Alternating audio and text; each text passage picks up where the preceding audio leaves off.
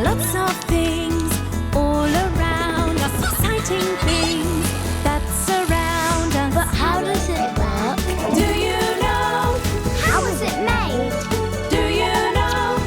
Things that go up, things that go down, things that go pop, things that go round, with special cameras to show you inside. It's going to be a big surprise. But how does it work? Do you know? How is it made? Do you know? Do you know? Let's find out! Hello, I'm Maddie, and today I've come to a very busy, very noisy place. Can you guess where I am?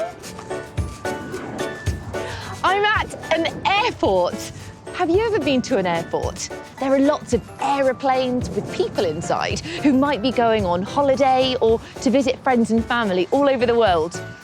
Should we give them a wave? Hello! Aeroplanes take off on a big long runway, like that one over there. It gets faster and faster, and then it takes off high into the sky. But how does an aeroplane take off and land? How does it work? Let's find out. How does it work? Aeroplane! Today, I've got special permission to visit an aeroplane hangar and look inside a plane. It's a bit like a car park for aeroplanes. And that one is absolutely huge.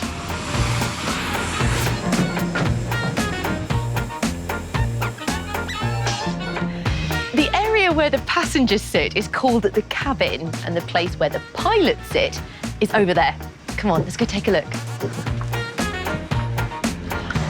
Wow! This is the cockpit, and all of these buttons, dials and lights, they're the instruments that help the pilot to fly the plane.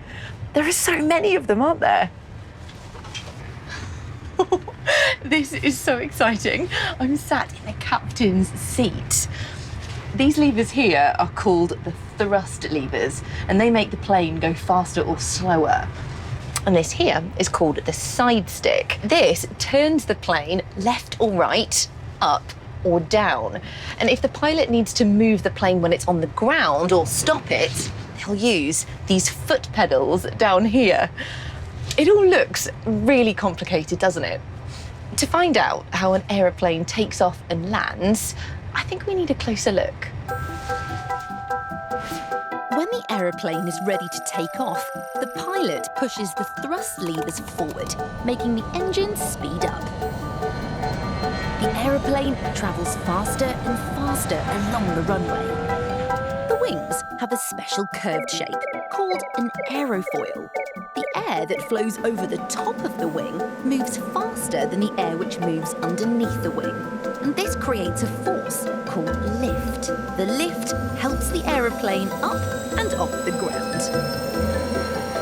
To land the aeroplane, the pilot pushes the side stick forward, which tilts the elevator on the back of the aeroplane down.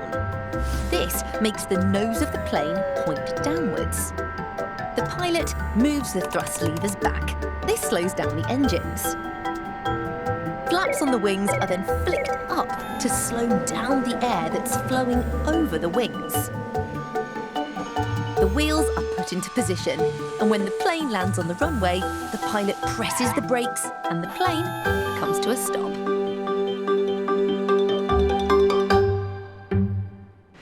This is where pilots come to practice flying aeroplanes. But can you see any aeroplanes? Pilots learn to fly in these pods called flight simulators. They look just like the cockpits on real planes, but these ones are just for practice. Now this is the really fun part. I get to join Bridget, a pilot, and watch her practice at takeoff and landing.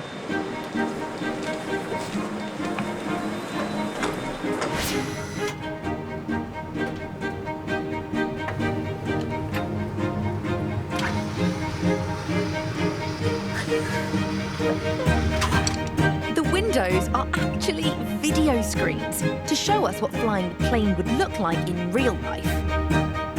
Okay, Bridget, we're ready for takeoff.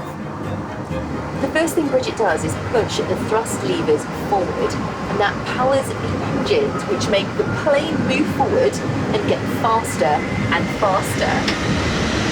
Here we go. You can hear the engines. We're getting faster and faster, and when the time is right, Bridget pulls back on the side stick, and that lifts the nose of the plane into the air. And here we go. We're taking off into the air. It feels like we're actually flying.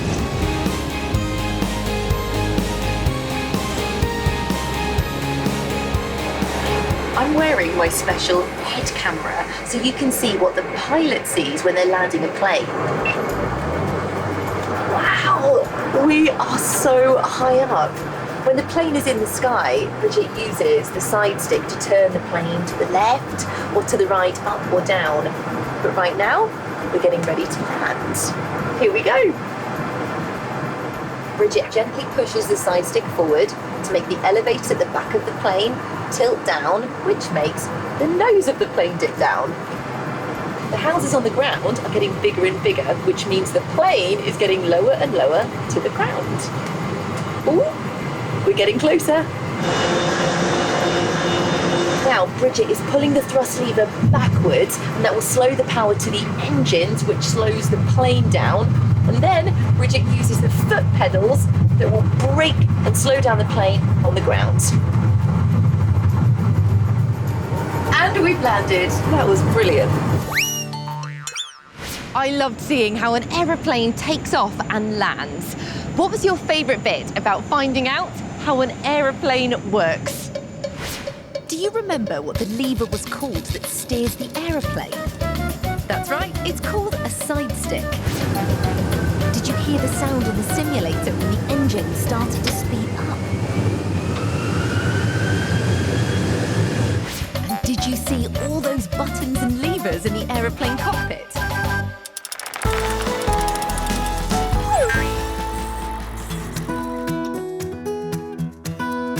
Aeroplanes are really good at moving us between places that are far apart.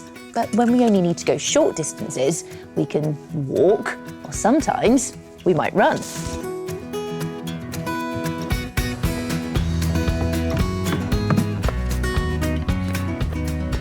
Do you know what we have to wear when we go on a walk or a run outdoors? That's right, we need to wear something on our feet, like a pair of trainers. I love wearing trainers because they're comfortable to wear and they come in lots of bright colours. But do you know how trainers are made? Let's find out. How is it made? Trainers. Trainers are made in a place like this, a trainer factory.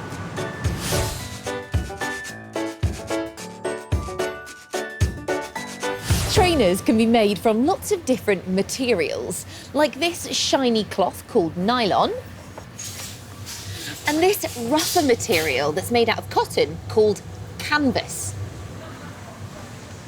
And trainers come in lots of different colours. What colour trainers shall we make today? I like orange and red. First, the material is taken to the cutter press, where it can be cut to the right shapes.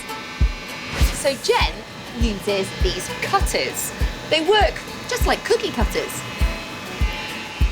They're laid down in the correct spot and then pushed down by the head press to cut the shapes we need.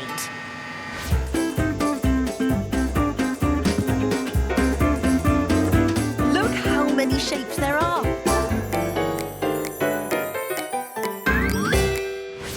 Doesn't look much like a pair of trainers, does it? I think this looks more like a beard, and this looks like a moustache. But that's because they all need to be sewn together. Linda uses a sewing machine to sew together the parts of the shoe that make the shoe upper. That's the bit that goes over the top of your foot. Linda's using this blue machine called an eyeliner. It makes holes in the shoe uppers for the laces. Works just like a hole punch, only much quicker. It's noisy, isn't it? Look, here are the holes for the laces. So next, the laces are threaded through the holes so they'll fit nice and tight. I'm going to have a practice at tying these laces. You want to practice with me. First of all, you make a knot, and then you use one lace to make a loop, take the other and loop it round, tuck it through the hole and pull. Like that. Now it's time to give the trainers their correct shape. First, they're put into a machine called the back part moulder. Can you guess what part of the trainer it shapes? That's right, it's the back part of the trainer where your heel goes.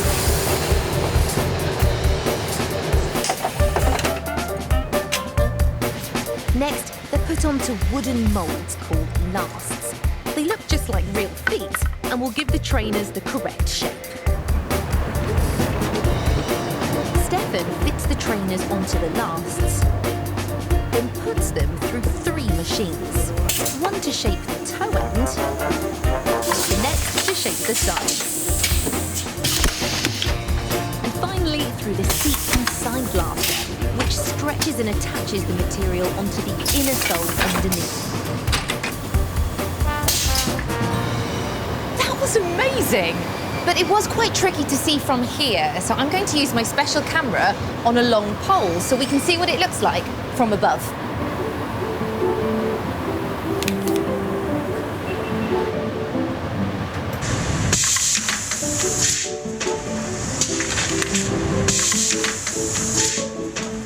What an incredible machine! It looks like a robot insect with its pincers and claws folding the shoe together. All the rough bits of the shoe are then sanded off to make it nice and smooth. The underneath of the trainer is coated in a strong glue, which is then put through a heater to make it even stickier. The trainers are nearly ready, but to make sure they're comfortable to walk and run in, we have to stick the soles on.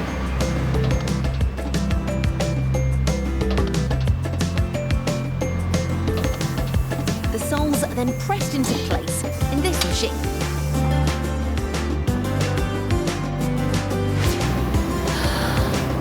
And there we have a finished pair of bright, colourful trainers. All that's left to do is try them on. They fit perfectly. It was really fun seeing how trainers were made. What was your favourite part? Do you remember the name of the wooden moulds that help to shape the trainers? That's right, they're called lasts. Did you hear the sound that Eyeletta made to make the lace holes? Noisy, isn't it? Did you see all the different shapes that were cut out by the cutter press?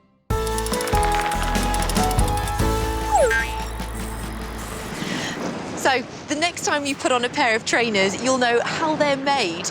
And when you see an aeroplane in the sky, you'll know how it takes off and how it's going to land again. Right, I think it's time to get running in these trainers. See you next time. There are lots of